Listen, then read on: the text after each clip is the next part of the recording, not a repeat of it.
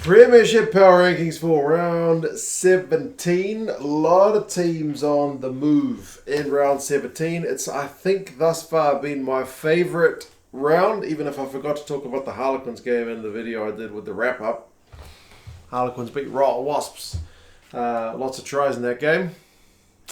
And pretty close, as all the games were at the weekend. But, yeah, we'll go through the Power Rankings. Remember, we're ranking the 13 teams, putting more weight on recent results than old results. And yeah, kind of see where the form lies with all the teams in the Prem in this 2021-2022 season. Bath have kind of returned to their more familiar spot of 13th with their loss to Leicester. It's kind of a harsh one to drop them when they lost to the top team by only 4 points. But ultimately, it was Worcester who were below them, and guess what? Worcester had a win, so there's nothing much to keep Bath from that 13th spot. Unfortunately for Bath, despite that decent performance, it's a loss, and it's back to 13th for them, which matches where they are on the actual table. 12th, it's Newcastle, and if I'm not mistaken, Newcastle's current losing streak is the longest of any of the teams in the Premiership at the moment. I make it a 7-game losing run.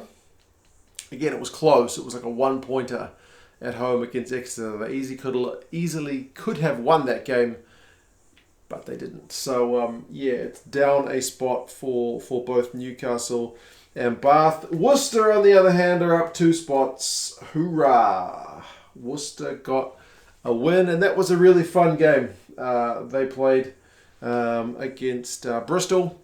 Bristol's, I think I should stop thinking at this point. I keep waiting for them to break out. I just keep waiting for it to, they're about to get on a run. They'll win like 1 or 2 games and I'm like, right, now's the time. Now's the time. They certainly need to be beating a lowly ranked team like Worcester. Nope. Bristol's right amongst it. There's 4 teams who are kind of well behind the pace. And it's Bristol as well as the likes of Worcester. So good on Worcester. They beat Bristol. They're up 2 spots. Bristol, they're the same as last week. I mean, I could say they're the best of a bad bunch, but yeah, they just can't get any consistency, like I said. So injuries not helping. I mean, Johan Lloyd playing 9 at the end of that game, obviously not ideal, but you got to give credit to Worcester because Worcester played really well in that game and played some really entertaining rugby. So that's kind of your bottom 4, and I probably should have put them on the bottom row and kept this row 1 higher because there's certainly a gap between them and the next team, which I've got Northampton. Northampton were in a lot higher position only a few weeks ago, but Northampton I've got down 2 spots. That's 2 losses on the bounce for them. And they're another team who's kind of failed to get any consistency. To be fair, they could have won that game at the death with a last-minute penalty, but they didn't. And, yeah, what can you say? Northampton, kind of a up-and-down season for them, which is maybe reflected by their position in the Power Rankings. Now, the next one I've got made me kind of question. It's Harlequins. Now, Harlequins are like 3rd on the table. How the heck have I got them at 8th? I had to recheck that all the entries I've put in their column, or their row, sorry, for the Power Rankings are correct, and they are. But then I looked at the table, and it's just that, as I said, apart from Bristol at the bottom and probably Leicester at the top, all the teams in between, there's not actually that much between them. I think is it 48 points for Saracens and then 41 points for whoever's above Bristol. There's only a handful of points between them, so that kind of reflects in the Power Rankings as well. And, I mean, the Harlequins are up a spot. I've certainly got them up. They were here last week in the bottom row because they were on a 3-match losing run. But that's over now. They beat Wasps, so it was a pretty important win for them. But 1 from their last 4 maybe means that they are not kind of a top row threat at the moment. They still seem like a team that could beat anyone, but any of these teams feel like they could beat anyone at the moment. There's not been a heck of a lot of consistency. Above them, I've got Wasps, who were on a really good run up until that game against Quins. Wasps were on a, was it 3 games for them or 4? But that run's done now. Again, it was a close one, and down 3 spots does seem to be pretty harsh.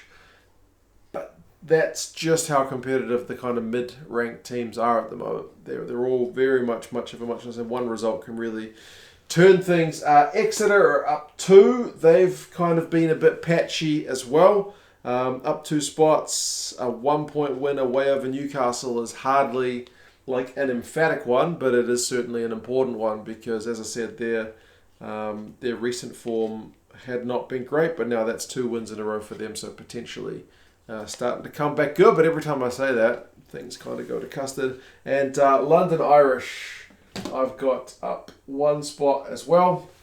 Really, really good win for them over Saracens. I mean, it's close, as all the results were, but that's 3 of their last 4.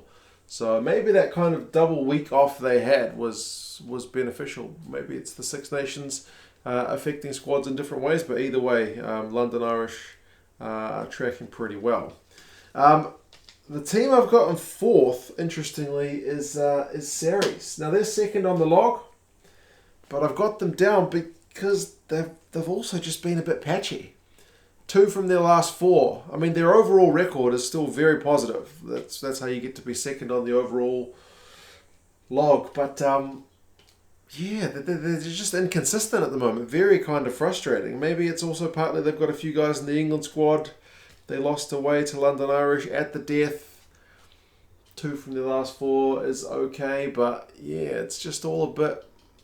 I mean, as I said, much of a muchness between a lot of the sides, but Saracens drop.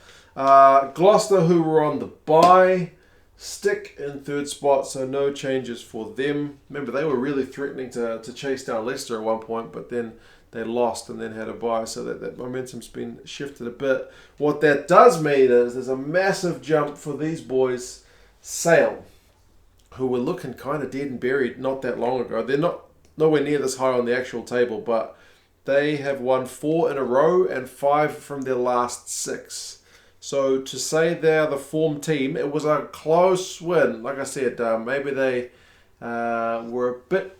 I mean, you make your own luck. A little bit lucky because Northampton certainly statistically had very good numbers in that game, but it's the scoreboard that matters. But yeah, away win in Northampton, 4 wins in a row, 5 of their last 6, up 3 spots. Sale have been the absolute beneficiaries of seemingly other teams missing players with the Six Nations squad.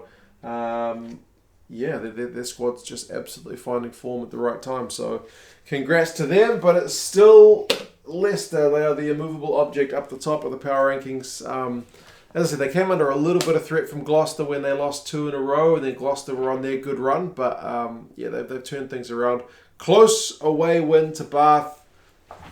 It's maybe not the most spectacular performance they've had all year, but Bath have been tracking better.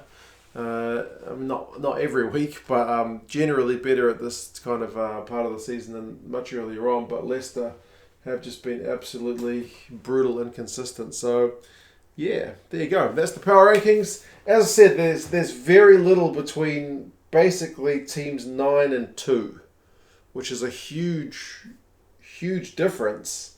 But yeah, sometimes that's just the way it goes. I think it bodes well for the league. I think it just shows that there is a decent amount of parity, which is what you like to see. Like, I've been watching Super Rugby for many years, and there's so many games you look at and just go, there's basically literally no chance that this team has against that team. You know what I mean? So it's kind of very pleasing to see Bath at the bottom only lose by 4 points to the top team like that.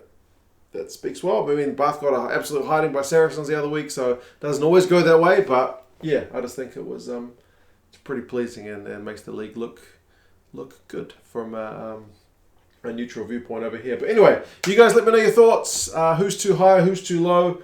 Much of a muchness between a lot of them. I think it's kind of a gap between these 4, the middle pack, and then Leicester's still kind of far and away at the top. But anyway, you guys let me know your thoughts, and I'll talk to you again soon. See you later.